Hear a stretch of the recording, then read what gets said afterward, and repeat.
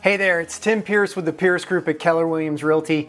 Today I want to talk to you about the top 6 things you need to think about before you get into the game of buying investment real estate or investing in real estate, period. So let's jump into it. I want to quote one of my favorite quotes, which is from The Millionaire Real Estate Investor, written by Gary Keller, which says that many people think that buying makes you an investor, but they're wrong. Buying doesn't make you an investor any more than buying groceries makes you a chef. And I love that quote because it really makes you think long and hard about what's my strategy, how am I going to evaluate whatever my investment strategy is, what my goals are. And so that's what I want to talk to you about today. Top 6 things you need to think about before you start getting into this. So let's talk about the first. And the first is probably one of the most important because owning investment property, rental real estate, isn't for everybody. And that's okay. But the thing you need to really think about is, are you cut out to be a landlord? You know, the fact of the matter is, things break in houses. We all know this from the joys of home ownership.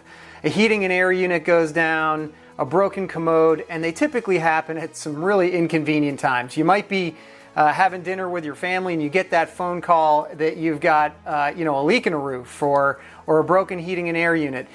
All of those things can be inconvenient.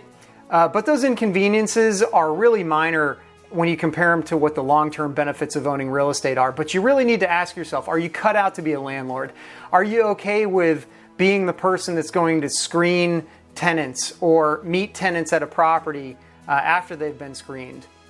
And you may decide, hey, you know what? I want to offload that responsibility on a property manager and pay them the 10% of the gross rent that comes in every month. And just make sure that you let a professional handle that so you don't have to deal with those phone calls or screening of tenants. Let's talk about number 2.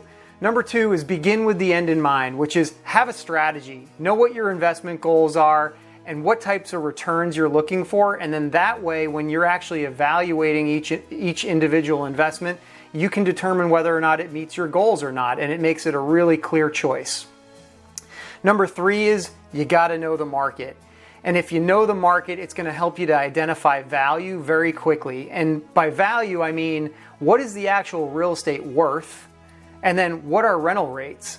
And oftentimes, the only way you can actually really, truly understand value is to look at a lot of real estate.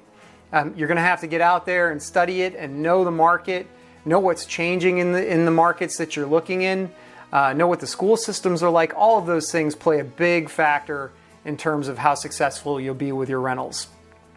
Number 4, establish a trusted network of professionals. That's everywhere from inspectors to insurance brokers to a real estate professional that's going to help you to, look at properties, evaluate properties. All of those people are going to make a huge impact. Not to mention partnering up with a good property manager that's going to manage the property, deal with tenant concerns, deal with repairs and maintenance and things like that. You need to have a really good established, trusted partnership with all of those people. Number 5 is understand how to analyze the investment. And there's a lot of ways to look at rental real estate. There's a lot of different calculations. One simple way to look at it is, what is the return on investment going to look like? How do you calculate that?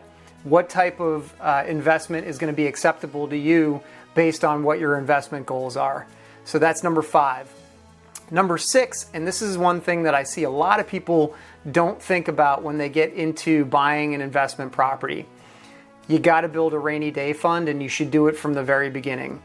Typical rule of thumb is to take 10% of the annual gross rents and set that aside, and then on a monthly basis continue to set that aside as well. From a personal financial standpoint, it's also a great idea that you have personal debt, consumer debt paid off or really paid down to put you in the best position possible. The last thing you want to do is get into a situation where you own a rental property, something breaks, and it's really financially stressful for you. You want to be prepared for that. So anyways, before you dive into the real estate investing game, these are some things that I really think you should consider. A lot of this comes from my own personal experiences and the bumps and bruises I've had along the way. We're here to help you. We can help you analyze properties. We can help you find properties, understand the market. If we can be of service to you in any way, please reach out to me or somebody on my team. We'd love to help. Thanks so much for checking out my video.